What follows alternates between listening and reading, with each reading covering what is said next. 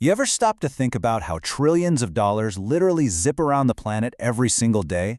It all happens because of this hidden world of financial plumbing. But here's the thing. That essential system, the one that keeps the global economy humming, is now becoming a major battleground for power and influence. Okay, let's get into it. So let's start with a really fundamental question. How do you actually cut an entire country off from the world economy? I mean, forget old school stuff like naval blockades. Today, the answer is way more subtle. And honestly, a heck of a lot more powerful. And that answer, believe it or not, often comes down to a single word: SWIFT. It's a name you might not even know, but it holds the keys to the entire global financial kingdom. Using it is like finding a hidden master switch and just flipping it off, plunging a country's economy into digital darkness. So how does this financial off switch really work? To get it, you've got to understand how the very tools of global politics have changed over the last 70 years or so. Just look at this trend. Back in the 1950s, financial sanctions were, a pretty minor tool. Only about 12% of all sanctions had a money component. But fast forward to the 2010s, and they've just exploded, making up a whopping 42%. It shows this massive, deliberate shift toward using money as the primary weapon of foreign policy. Okay, so how does this actually happen?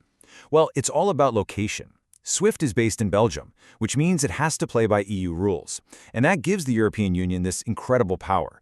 When the EU decides to act, it can legally force SWIFT to pull the plug on a country's banks. We saw it happen with Iran in 2012, and then again with Russia in 2022. And the effect? It's immediate. Those banks are just silenced. They can't send or receive the messages that make global finance work, period. To really get this, we need to pop the hood and look at the actual machinery.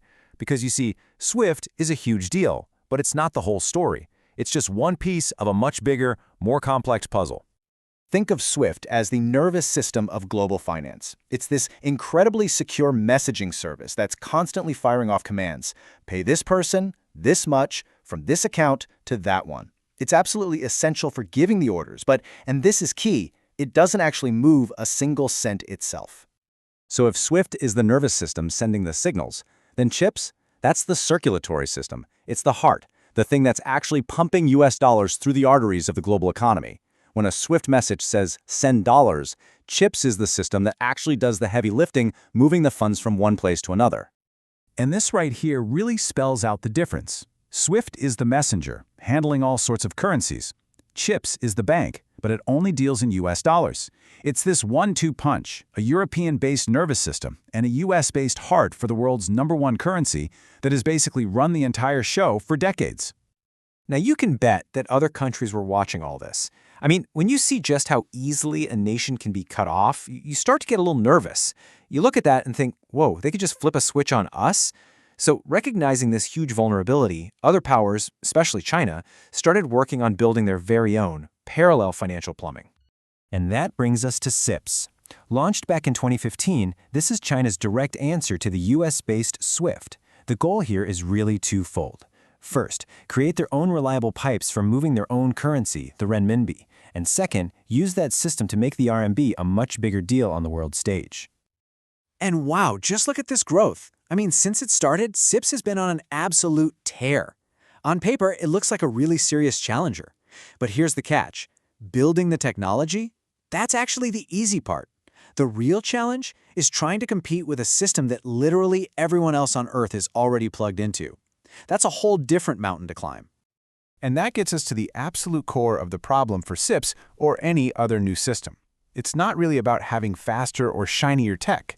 It's about overcoming the massive, incredible advantage the current system already has just by being there first. Okay, just take a second and let this number sink in. $1.656 trillion. That's not a year's worth. That's not a month's worth. That is the average amount of money that moves through the US chip system every single day. The scale is just mind-boggling. And when you put the two systems side by side on a chart like this, you really see it. It's not even close. CIPS volume is definitely growing, and it's not small, but it is just dwarfed by CIPS. The US system is handling about 4 times the value. That's not just a lead. They're playing in a whole different league. So, why? Why is it so dominant? It all comes down to this one simple but incredibly powerful idea: Network effects. Think about it like social media. Why are you on Instagram or TikTok? Well, because that's where all your friends are. It's the exact same thing in finance. Every bank uses the dollar system because every other bank uses the dollar system. It creates this massive gravitational pull that's almost impossible to escape. And this quote just nails it. The challenge for CIPS isn't really about the technology. The real mountain it has to climb is the US dollar itself.